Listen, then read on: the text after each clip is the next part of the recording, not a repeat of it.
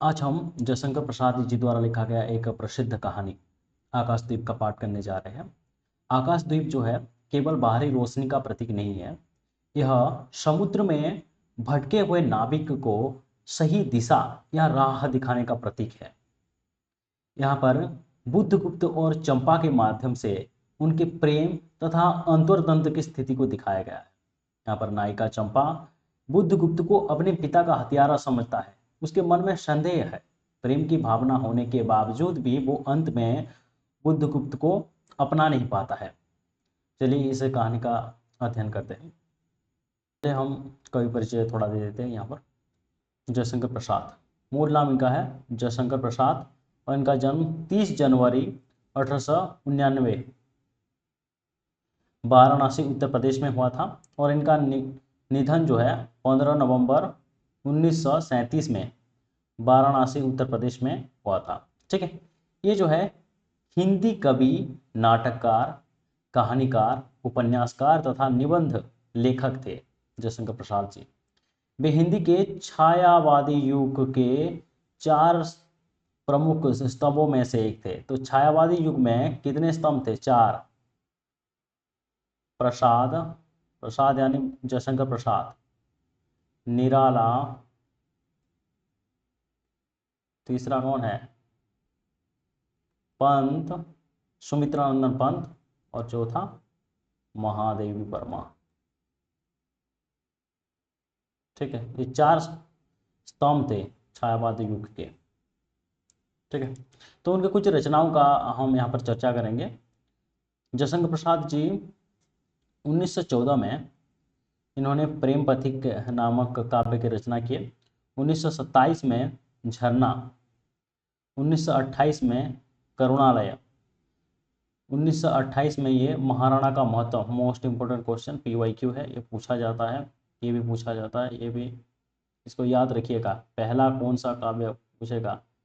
प्रेम पथिक। ठीक है, 1928 में फिर से ये लिखे चित्राधार, 1929 कानन कुसुम, 1933 आंसू, मोस्ट इंपोर्टेंट, बहुत फेमस है, 1935 लहर, 1936 कामायनी, बहुत बहुत फेमस है, मोस्ट इंपोर्टेंट है। उसका क्रम भी पूछ सकता है कि कौन साल में कौन कौन से रचनाएं प्रकाशित हुए थे। ठीक है, यहाँ पर जयशंकर प्रसाद के कुछ उपन्यासों को हम देखेंगे।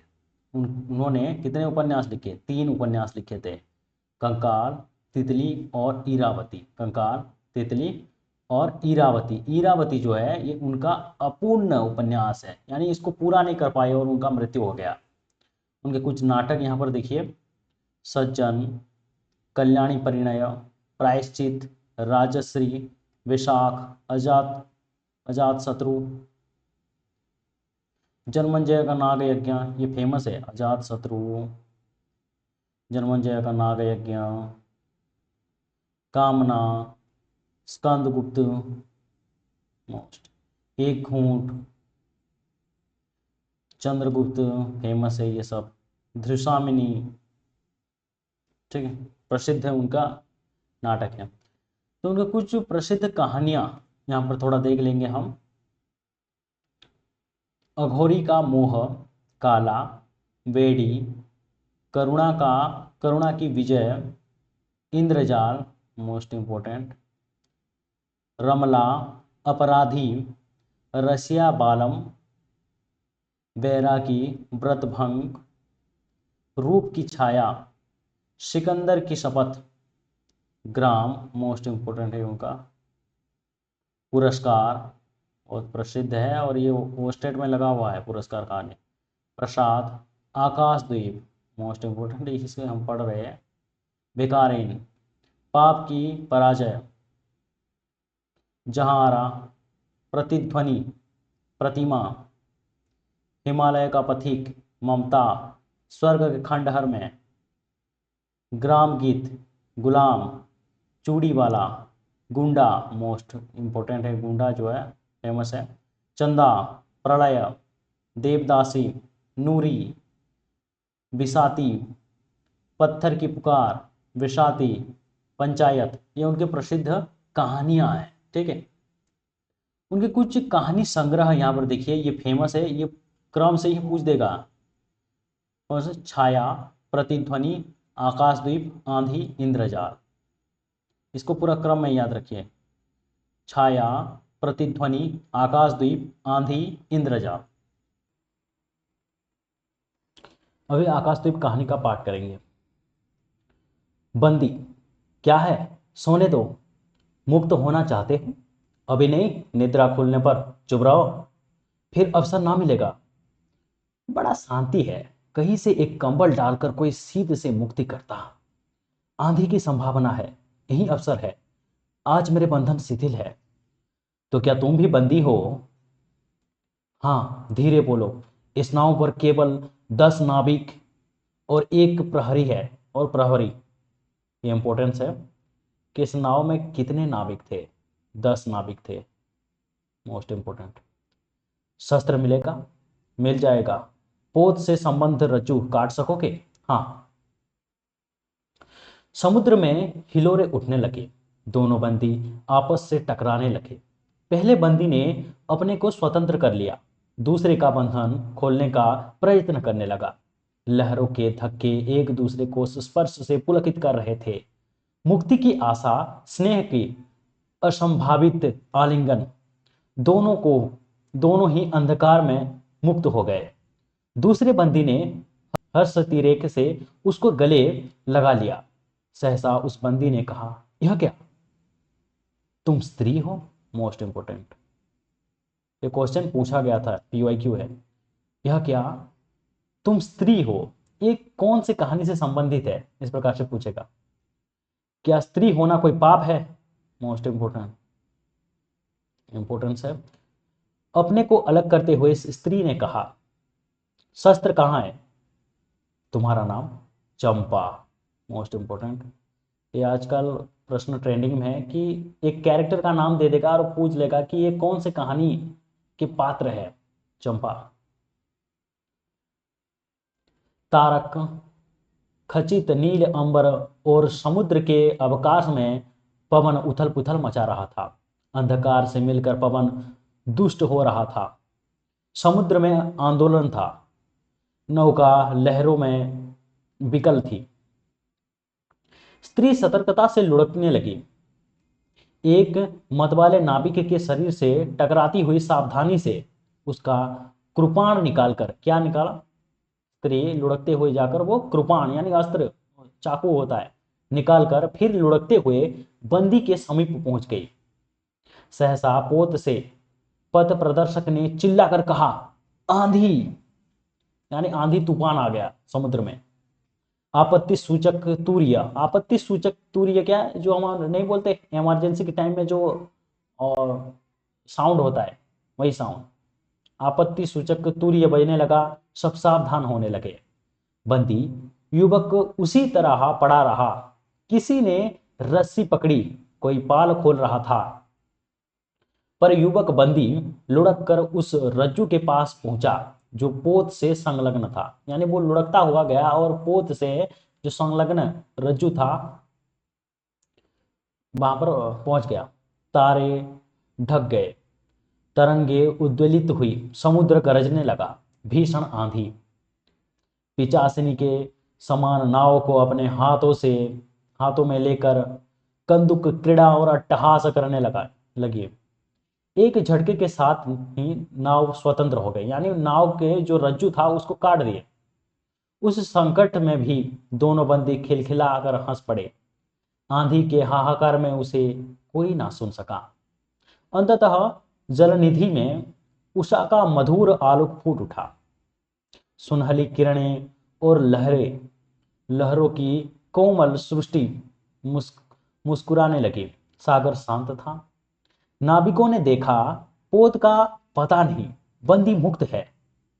और नाविक देखते हैं कि पोत का पता नहीं, कहाँ गया पोत, और ये जो बंदी बनाकर रखे थे वो लोग भी नहीं है। नायक ने कहा, एक कैरेक्टर है ये, मोस्ट इंपोर्टेंट। कौन? नायक। नायक ने कहा, बुद्धगुप्त, ये इंपॉर्टेंस, 3 कैरेक्टर आए हुए, ये भी इंपॉर्टेंस कैरेक्टर।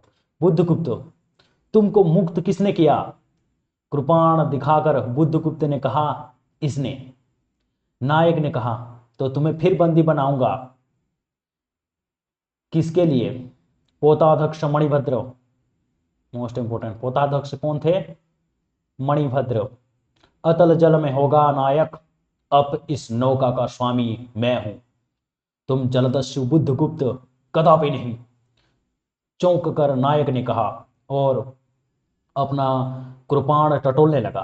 क्योंकि देखो कृपाण टटोलने लगा तो वो लुढ़कते हुए चंपा ने उसका कृपाण निकाल लिए थे। ठीक है, चंपा ने इसके पहले उस पर अधिकार कर लिया था। उसके पहले मतलब वो लुढ़कता हुआ जाकर वो उसका कृपाण निकाल लिया था। वह क्रोध से उछल पड़ा। तो तुम द्वंद्व युद्ध के लिए प्रस्तुत हो जाओ, जो विजयी होगा वह स्वामी होगा। इतना कहकर बुद्धगुप्त ने कृपाण देने का संकेत किया। चंपा ने कृपाण नायक के हाथों में दे दिया। भीषण घात प्रतिघात प्रारंभ हुआ। दोनों कुशल, दोनों त्वरित गति वाले थे। बड़ी निपुणता से बुद्धगुप्त ने अपना कृपाण दांतों से पकड़कर अपने दोनों हाथ स्वतंत्र कर लिए। चंपा भय और विस्मय से देखने लगी। नाविक प्रसन्न हो गए, परंतु बुद्धगुप्त ने लाघव से नायक का कृपाण वाला हाथ पकड़ लिया और विकट हुंकार से दूसरा हाथ कटी में डाल उसे गिरा दिया। यानी इस चित्र में देख सकते, यह बुद्धगुप्त कौन है? बुद्धगुप्त, और ये नायक, उसको गिरा दिया। ठीक है, दूसरे ही क्षण प्रभात की किरण में बुद्धगुप्त का विजयी कृपाण हाथों में चमक उठा। नायक की कातर आंखें प्राण भिक्षा मांगने लगी। बुद्धगुप्त ने कहा, बोलो, अब स्वीकार है कि नहीं? मैं अनुचर हूं, वरुण देव की शपथ, मैं विश्वासघात नहीं करूंगा। बुद्धगुप्त ने उसे छोड़ दिया। यानी नायक को वो बोल दिया कि मैं तुम्हारा अनुचर हूं। नायक बोला, मैं विश्वासघात नहीं करूंगा, मैं वरुण देव की शपथ लेकर बोलता हूं। तो बुद्धगुप्त थोड़ा दयालु आदमी थे। भैया छोड़ देते हैं तुमको, जाओ। चंपा ने युवक जलदस्यु के समीप आकर उसके क्षतों को अपनी स्निग्ध दृष्टि से और कोमल करों से वेदना विहीन कर दिया। बुद्धगुप्त के सुगठित शरीर पर रक्त बिंदु विजय तिलक कर रहे थे। विश्राम लेकर बुद्धगुप्त ने पूछा, हम लोग कहाँ होंगे? बाला बाला द्वीप से बहुत दूर। तो यहाँ पर एक द्वीप का नाम आया हुआ है। मोस्ट इंपोर्टेंट, यहाँ पर कितने द्वीप का नाम, कौन सा द्वीप का नाम नहीं आया था पूछ देगा, ये इंपॉर्टेंस है, या आया था पूछ देगा। बाली द्वीप, ठीक है, बाली द्वीप बहुत दूर। संभवतः एक नवीन द्वीप। तो वो कहाँ जा रहे थे? एक नवीन द्वीप की ओर जा रहे थे, ठीक है, के पास, जिसमें अभी हम लोग बहुत लोगों का बहुत कम आना जाना होता था। सिंहल के वाणिकों का वहां प्राधान्य था। तो कहाँ, किस देश के वाणिकों का वहां प्राधान्य था? मोस्ट इंपोर्टेंट, जो नवीन द्वीप को जा रहे थे बुद्धगुप्त और उनके नाविक गण और चंपा, वहां पर सिंहल के वाणिकों का वहां प्राधान्य था। ठीक है, कितने दिनों में हम लोग वहां पहुंचेंगे? बुद्धगुप्त पूछे कि भैया हम कितने दिन में पहुंचेंगे? अनुकूल पवन मिलने पर 2 दिन। अगर अच्छा पवन मिलता है तो हम 2 दिन में पहुंच जाएंगे, तब तक के लिए खाद्य का अभाव ना होगा। सहसा नायक ने नाविकों को डांड लगाने की आज्ञा दी। डांड यानी जोर से मारो, डांड लगाओ, और स्वयं पतवार पकड़कर बैठ गया। बुद्धगुप्त के पूछने पर उन्होंने कहा, यहाँ एक जलमग्न शैलखंड है, सावधान ना रहने से नाव टकराने का भय है। तुम्हें इन लोगों ने बंदी क्यों बनाया? तो यहाँ पर बुद्धगुप्त पूछते हैं चंपा से कि तुम्हें आखिरकार ये लोगों ने बंदी क्यों बना था? मणिभद्र की पाप वासना ने, वाणिक कौन थे? मणिभद्र के पाप वासना ने। तुम्हारा घर कहाँ है? बुद्धगुप्त पूछते हैं। जाह्नवी के तट पर। किसके तट पर? चंपा कहाँ रहती थी? जाह्नवी के तट पर। इंपोर्टेंस, ठीक है। चंपा नगरी की एक क्षत्रिय बालिका हूं। वो कौन से नगर में रहती थी? चंपा नगरी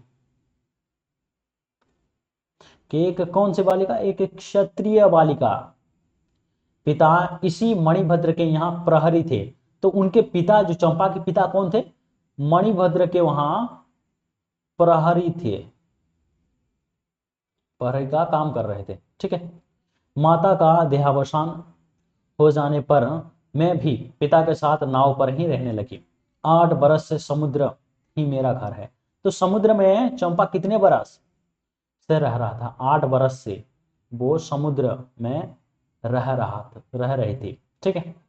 तुम्हारे आक्रमण के समय मेरे पिता ने ही 7 दस्युओं को मारकर जल समाधि ली।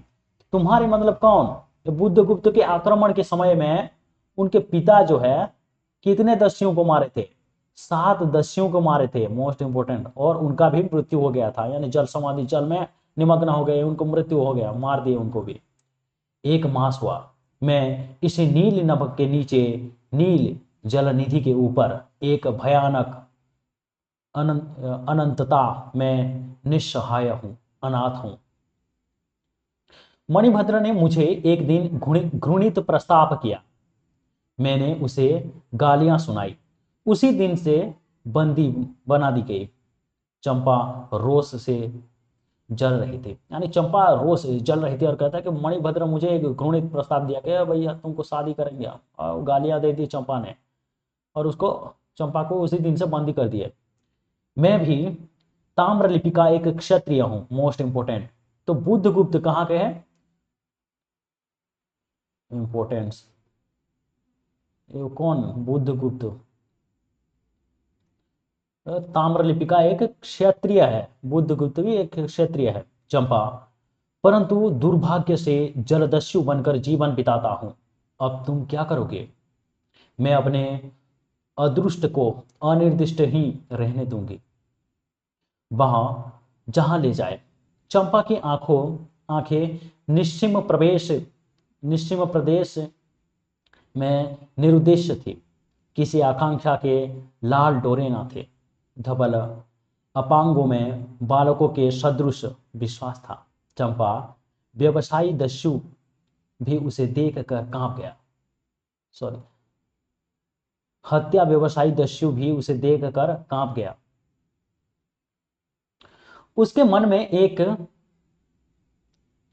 संभ्रांतपूर्ण श्रद्धा यौवन की पहली लहर को जगाने लगी। समुद्र वक्ष पर विलंबमयी राख रंजित संध्या थिरकने लगे। चंपा के अंशयत कुंतल उसकी पीठ पर बिखरे थे। दुर्दांत दस्यु ने देखा, अपनी महिमा में अलौकिक एक तरुण बालिका। वह विस्मय से अपने हृदय को टटोलने लगा। उसे एक नई वस्तु का पता चला, वह थी कोमलता। मोस्ट इंपोर्टेंट, उसको प्यार व्यार हो गया था। उसी समय नायक ने कहा, हम लोग द्वीप के पास पहुंच गए। बेला से नाव टकराई। कहां से टकराई? बेला से। चंपा निर्भीकता से कूद पड़ी। मांझी भी उतरे। बुद्धगुप्त ने कहा, जब इसका कोई नाम नहीं है, मोस्ट इंपोर्टेंट ध्यान दीजिएगा, जब इसका कोई नाम नहीं तो हम लोग इसे चंपा द्वीप कहेंगे। किसने कहा? देखो भाई, बुद्धगुप्त ने कहा। मोस्ट इंपोर्टेंट, ये लाइन पूरा दे देगा, पंक्ति देगा और पूछ देगा कि ये कथन किसने कहा था। चंपा हंस पड़ी। ठीक है। 5 बरस बाद शरद के धवल नक्षत्र नील गगन में झलमला रहे थे। चंपा की उज्जवल विजय पर अंतरिक्ष में शरद लक्ष्मी ने आशीर्वाद के फूलों और खिलों को बिखर दिया। चंपा के एक उच्च सौध पर बैठी हुई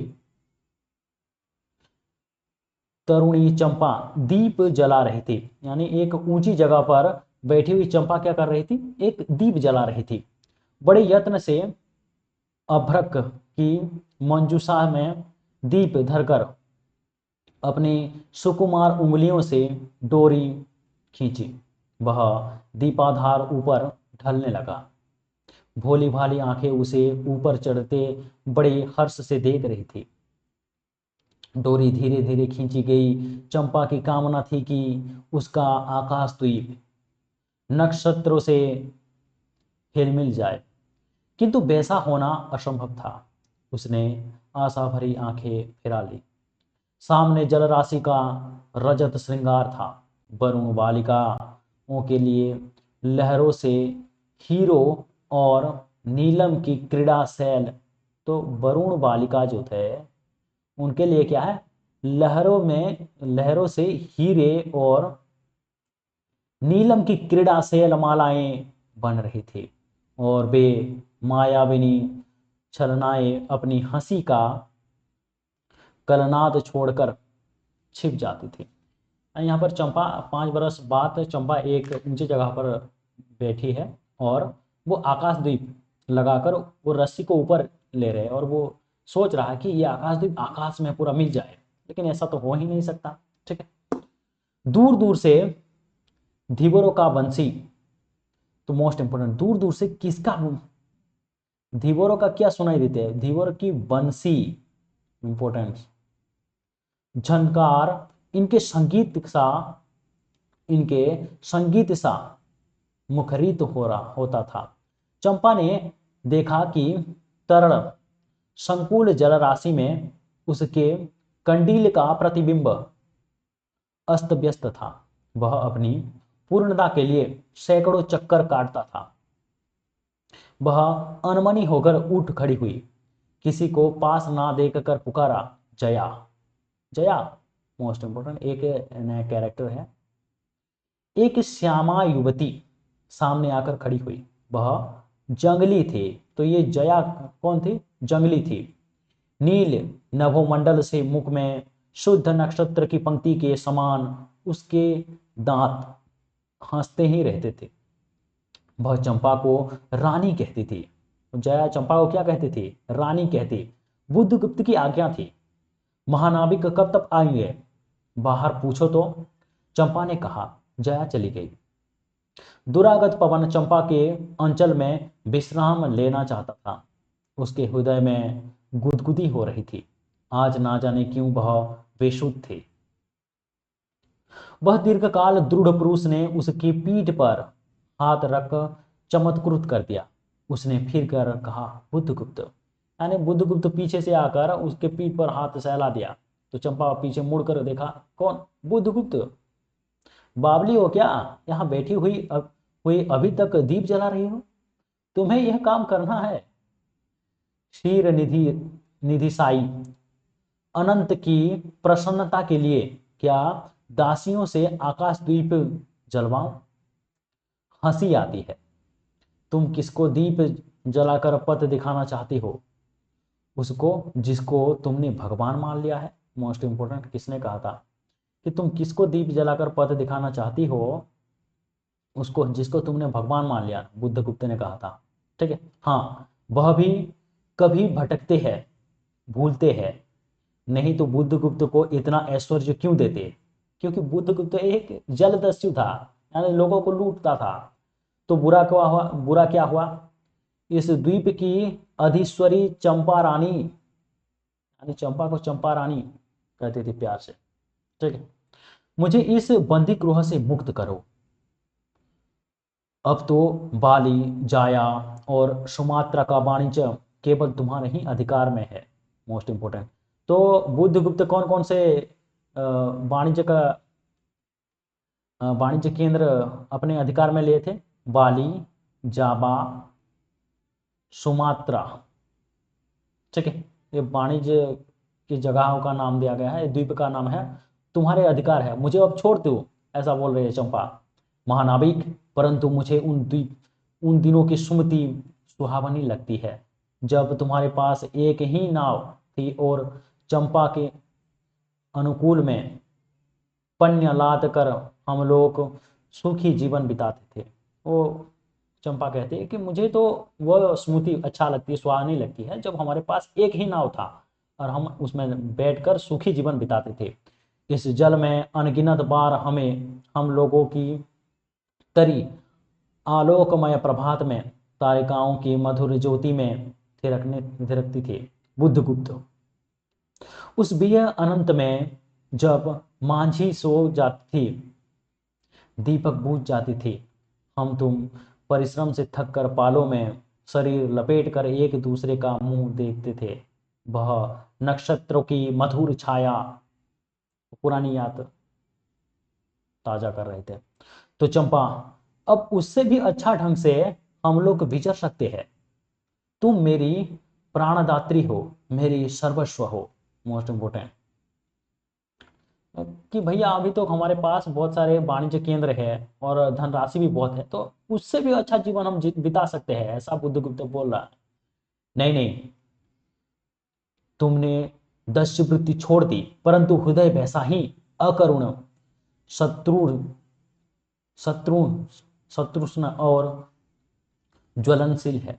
तुम भगवान के नाम पर हंसी उड़ाते हो, मेरे आकाशद्वीप पर व्यंग करते हो। नाविक, उस प्रचंड आंधी में प्रकाश की एक एक किरण के लिए हम लोग कितना व्याकुल थे। मुझे स्मरण है, जब मैं छोटी थी, मेरे पिता नौकरी पर समुद्र में जाते थे। मेरी माता मिट्टी की दीपक बांस की पिटारी में भागीरथी के तट पर, कौन से नदी, भागीरथी के तट पर बांस के ऊपर ऊंचे ढंग से टांग देती थी।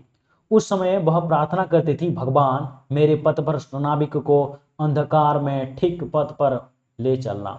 और जब मेरे पिता वापस वर्षों पर लौटते तो कहते, साध्वी, तेरी प्रार्थना ने से भगवान ने संकटों में मेरी रक्षा की। वह गदगद हो जाती थी। मेरी माँ, आह नाविक, यह उसी की पुण्य स्मृति है। मेरे पिता, वीर पिता की मृत्यु के निष्ठुर कारण जलदस्यु, हट जाओ। सहसा चंपा का मुख क्रोध से भीषण होकर रंग बदलने लगा। महानाविक ने कभी यह रूप ना देखा था। वह ठठाकर हंस पड़ा। यह क्या चंपा, तुम अस्वस्थ हो जाओगी, सो रहो, कहता हुआ चला गया। चंपा मुट्ठी बांधे उन्मादिनी सी घूमती रही। तो यहाँ पर चंपा कहती है कि मुझे याद है, मैं जब छोटी थी तो मेरी माता क्या करती थी, जब मेरे पिता नौकरी पर जाते थे तो एक आकाशद्वीप बांस की पिटारी पर बांधकर ऊपर टांग देती थी और प्रार्थना करती थी कि मेरे जो पथभ्रष्ट नाविक है कहीं रास्ता वास्ता भूल गए तो उनको सही रास्ता दिखाना भगवान, ऐसा बोलते थे। और जब उनके पिता आते थे तो उनको वो कहते कि तेरी प्रार्थना सफल हुई, क्योंकि जब मैं संकट में था तो भगवान ने मेरा रक्षा की। तो वो गदगद हो जाते थे। ठीक। और वो चंपा को अपने पिता की याद आ जाता है और वो कहते हैं कि मेरे पिता के मृत्यु करने वाला जलदस्यु, तुम मेरे सामने से हट जाओ। और वो पुरानी याद में डूब जाती है और निराश हो जाती है। निर्जन समुद्र के उपकूल में बेला से टकराकर लहरें बिखर जाती थी। पश्चिम का पथिक थक गया था, उसका मुख पीला पड़ गया। अपनी शांत गंभीर हलचल में जलनिधि विचार में निमग्न था। वह जैसे प्रकाश की उन्मलिन किरणों से विरक्त था। चंपा और जया धीरे धीरे उस तट पर आकर खड़े हो गई। तरंग से उठते हुए पवन ने उनके वसन को अस्त व्यस्त कर दिया। जया के संकेत से एक छोटी सी नौका आई। दोनों के उस पर बैठते ही नाव उतर गया। जया नाव खेती खेने लगी। चंपा मुग्ध सी समुद्र के उदास वातावरण में अपने को मिश्रित करने लगी थी। तो वो थोड़ी निराश हो गई, तो वो क्या किए, जया के साथ चंपा समुद्र के किनारे जा रहे थे और वहां पर बहुत हिल्लोरे उठ रहे थे, समुद्र अशांत था। और जया के कहने से एक नाव आए और वहां पर दोनों बैठे और समुद्र में चले गए। इतना जल, इतना शीतलता, हृदय की प्यास ना बुझी, पी सकूंगी नहीं। तो जैसे बेला में चोट खाकर सिंधु चिल्ला उठती है, उसी के समान रोदन करूं या जलते हुए स्वर्ण गोलक सदृश अनंत जल में डूबकर बुझ जाऊं। चंपा के देखते देखते देखते पीड़ा और ज्वलन से आसक्त बिंब धीरे धीरे सिंधु में चौथाई आधा, फिर संपूर्ण विलीन हो गया। एक दीर्घ निश्वास लेकर चंपा ने मुंह फेर लिया। देखा देखा तो महानाविक का बजरा उसके पास है। बुद्धगुप्त ने झुककर हाथ बढ़ाया। चंपा उसके सहारे बजरे पर चढ़ गए। दोनों पास पास बैठ गए। इतनी छोटी नाव पर इधर उधर घूमना ठीक नहीं। पास ही वह जलमग्न शैलखंड है, कहीं नाव टकरा जाती या ऊपर चढ़ जाती। चंपा को बोला कि कहीं टकरा वकरा जाती तो क्या होता। अच्छा तो बुद्धगुप्त, जल में बंदी होना कठोर प्राचीरों से तो अच्छा है। चंपा, तुम कितना निर्दयी हो। मोस्ट इंपोर्टेंट, चंपा, तुम कितना निर्दयी हो। बुद्धगुप्त तुमको आज्ञा देखो तो वह क्या नहीं कर सकता जो तुम्हारे लिए नए द्वीप की सृष्टि कर सकता है, नई प्रजा खोज सकता है, नए राज्य बना सकता है। उसकी परीक्षा लेकर तो देखो। मोस्ट इंपोर्टेंट है और ये पूछा गया था, PYQ क्वेश्चन है, ये आ सकता है। कहो चंपा, वह कृपाण से अपना हृदय पिंड निकालकर अपने हाथों अतल जल में विसर्जन कर दे। महानाविक, जिसके नाम से बाली, जावा और चंपा का आकाश गूंजता था, पवन थर्राता था, घुटनों के बल चंपा के सामने छलछलाई आंखों से बैठ गया। तो महानाविक क्या है, वो कहा क्या ये कृपाण लेकर अपना हृदय पिंड निकालकर इस जल में फेंक दूं क्या, ऐसा कहा। और वो महानाविक जो है वो चंपा के सामने घुटने टेक कर बैठ गया। सामने शैलमाला की चोटी पर हरियाली से विस्तृत जल देश में नील पिंगल संध्या, प्रकृति की सहृदय कल्पना, विश्राम की शीतल छाया स्वप्न लोक का सृजन करने लगी। उसी महीने के रहस्यपूर्ण नील जाल का कुहक स्फुट हो उठा, जैसे मदिरा से सारा अंतरिक्ष रिक्त हो गया। सृष्टि नील कमलों में भर उठी। उस सौरभ से पागल चंपा ने बुद्धगुप्त के दोनों हाथ पकड़ लिए। वहां एक आलिंगन हुआ, जैसे क्षितिज में आकाश और सिंधु का। किंतु उस परिरंभ में सहसा चैतन्य होकर चंपा ने अपनी कुंचिल से एक कृपाण निकाली। चंपा क्या किया, अपनी कुंचिल से एक क्या है, कमर से एक कृपाण निकाल लिया।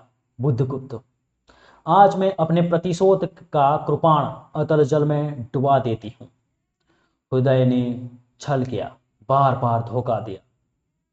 चमक कर वह कृपाण समुद्र का हृदय बेनता हुआ विलीन हो गया। यानी वो कृपाण निकाला और कहा कि बुद्धगुप्त, मैं ये प्रतिशोध लेने के लिए तुम्हारे लिए रखा था, आज मैं उस कृपाण को इस समुद्र में फेंक देता हूं। ऐसा कहकर वो कृपाण को फेंक दिया। तो आज से मैं विश्वास करूं, क्षमा कर दिया गया। आश्चर्यचकित कंपित कंठ से महानाविक ने पूछा। विश्वास? कदापि नहीं बुद्धगुप्त। जब मैं अपने हृदय पर विश्वास नहीं कर सकी, उसी ने धोखा दिया, तब मैं कैसे कहूं कि मैं तुम्हें घृणा करता हूं। फिर भी तुम्हारे लिए मर सकता हूं। अंधेर है जलदस्यु, तुम्हें प्यार करता हूं। मोस्ट इंपोर्टेंट, चंपा रो पड़ी। फिर कहा गया, मेरे हृदय ने मुझे धोखा दे दिया, मैं तुम्हें घृणा करता हूं, फिर भी मैं तुम्हारे लिए मर सकता हूं क्योंकि मैं तुम्हें प्यार करता हूं। वह स्वप्नों की रंगीन संध्या तम से अपनी आंखें बंद करने लगी थी। दीर्घ निश्वास लेकर महानाविक ने कहा, इस जीवन की पुण्यतम घड़ी की स्मृति में एक प्रकाश गृह बनवाऊंगा। चंपा, चंपा, यही उस पहाड़ी पर संभव है कि मेरे जीवन की धुंधली संध्या उससे आलोकपूर्ण हो जाए। चंपा के दूसरे भाग में एक मनोरम शैलमाला थी। वह बहुत दूर तक सिंधु जल में निमग्न थी। सागर का चंचल जल उस पर उछलता हुआ उसे छिपाए था। आज उस शैलमाला पर चंपा के आदि निवासियों का समारोह था। उस सबों ने चंपा को वनदेवी, तो एक द्वीप था जो चारों तरफ जल था और उसके बीच में कुछ लोग रहते हैं, आदिवासी लोग हैं। वो लोग चंपा को क्या है, वनदेवी की तरह सजा दिया, क्योंकि आज उत्सव समारोह था। ठीक है। ताम्रलिपि के बहुत से सैनिक नाविकों की श्रेणी में वन कुसुम विभूषित चंपा शिविका रूढ़ होकर जा रही थी। वहां पर ताम्रलिपि के बौद्ध सैनिक आए हुए थे। ठीक है। आज रानी का सॉरी शैल के एक ऊंचे शिखर पर चंपा के नाविकों को सावधान करने के लिए सुदृढ़ दीप स्तंभ बनवाया गया था। यानी वहां पर एक क्या बनाया गया था, दीप स्तंभ बनाया गया था नाविकों को सावधान करने के लिए। आज उसी का महोत्सव है। तो कौन सा महोत्सव चल रहा था कि नाविकों को सावधान करने के लिए एक सुदृढ़ दीप स्तंभ बनाया गया था, मोस्ट इंपोर्टेंट, और उसी के लिए महोत्सव बनाया जा रहा था। बुद्धगुप्त स्तंभ के द्वार पर खड़ा था। शिविका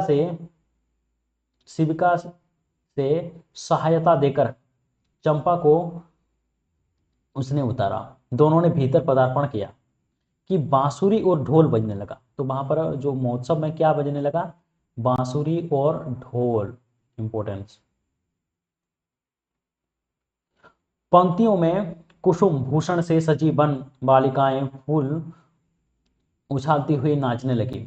दीप स्तंभ की ऊपरी खिड़की से यह देखती हुई चंपा ने जया से पूछा, यह क्या है जया, इतनी बालिकाएं कहां से बटोर लाई? आज रानी की ब्याह है, कहकर जया ने हंस दिया। बुद्धगुप्त विस्तृत जलनिधि की ओर देख रहा था। उसे झकझोर कर चंपा ने पूछा, क्या यह सच है? यदि तुम्हारी इच्छा हो तो यह सच भी हो सकता है चंपा। कितने वर्षों से मैं ज्वालामुखी को अपने छाती में दबाए हूं। चुप रहो महानाविक, क्या मुझे निस्सहाय और कंगाल जानकर तुमने आज सब प्रतिशोध लेना चाहा? मैं तुम्हारे पिता का घातक नहीं हूं चंपा, वह एक दूसरे दस्यु के शस्त्र से मरे थे। यदि मैं इसका विश्वास कर सकता बुद्धगुप्त, वह दिन कितना सुंदर होता, वह क्षण कितना स्मरणीय। आह, तुम इस निष्ठुरता में भी कितने महान होते। Most important. जया नीचे चली गई थी। स्तंभ के संकीर्ण प्रकोष्ठ में बुद्धगुप्त और चंपा एकांत में एक दूसरे के सामने बैठे थे। तो जो क्या जो संकीर्ण प्रकोष्ठ में वो दोनों आमने सामने बैठे हुए थे और एक दूसरे को देख रहे थे। बुद्धगुप्त ने चंपा के पैर पकड़ लिए। फिर से बुद्धगुप्त उसका पैर पकड़ लिए। उच्छ्वासित उच्छ्वासित शब्दों में वह कहने लगा, चंपा, हम लोग जन्मभूमि भारतवर्ष से कितने दूर इस निरीह प्राणियों में इंद्र और सांची के समान पूजित है, पर ना जाने कौन अभिशाप हम लोगों को अभी तक अलग किए हैं। स्मरण होता है वह दार्शनिकों का देश, मोस्ट इंपोर्टेंट, दार्शनिकों का देश कौन सा बताया गया है, भारत। भारत को दार्शनिकों का देश बताया। वह महिमा का प्रतिमा मुझे वह स्मृति नित्य आकर्षित करती है, परंतु मैं क्यों नहीं जाता जानती हूँ। इतना महत्व प्राप्त करने पर भी मैं कंगाल हूँ। मेरा पत्थर सा हृदय एक दिन सहसा तुम्हारे स्पर्श से चंद्रकांत मणि की तरह द्रवित हुआ। चंपा, मैं ईश्वर को नहीं मानता, मैं पाप को नहीं मानता, मैं दया को नहीं समझ सकता, मैं उस लोक और मैं विश्वास नहीं करता, पर मुझे अपने हृदय के एक दुर्बल अंश पर श्रद्धा आ चली। Most important. ये किसका कथन पूछ देगा, ये किसका है, बुद्धगुप्त का है, या किसी कहानी से संबंधित ये कथन है पूछेगा। आकाशदीप, तुम ना जाने कैसे एक बहकी हुई तारिका के समान मेरे शून्य में उदित हो गई हो। अकाल की एक कोमल रेखा इस निबिड़तम में मुस्कुराने लगी। पशुबल और धन के उपासक के मन में किसी शांत और एकांत कामना की हंसी खिलखिलाने लगी, पर मैं ना हंस सका। चलोगी चंपा? पोतवाहिनी पर असंख्य धनराशि लाद कर राज रानी सी जन्मभूमि के अंक में आज हमारा परिणय हो, कल ही हम लोग भारत के लिए प्रस्थान करें। महानाविक बुद्धगुप्त की आज्ञा सिंधु की लहरें मानती है। वे स्वयं उस पोत पुंज को दक्षिण पवन के समान भारत में पहुंचा देंगे। आह चंपा चलो। तो वो चंपा को मना रही है कि चंपा इनडायरेक्टली उनको अपनी भावनाएं बता रही, ठीक है, कि आज हमारा अगर विवाह हो गया तो कल ही हम चले जाएंगे।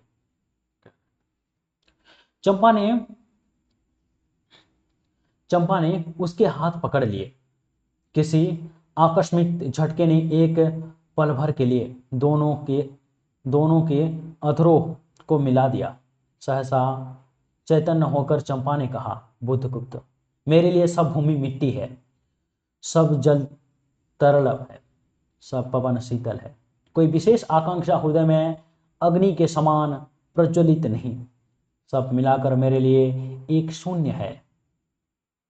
प्रिय नाविक, तुम स्वदेश लौट जाओ विभव का सुख भोगने के लिए और मुझे छोड़ दो इन निरीह भोले भाले प्राणियों के दुख की सहानुभूति और सेवा के लिए।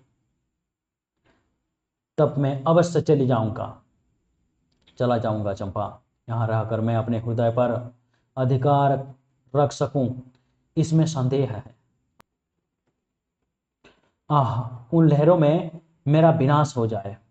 महानाविक ने उच्छ्वास में विकलता थी।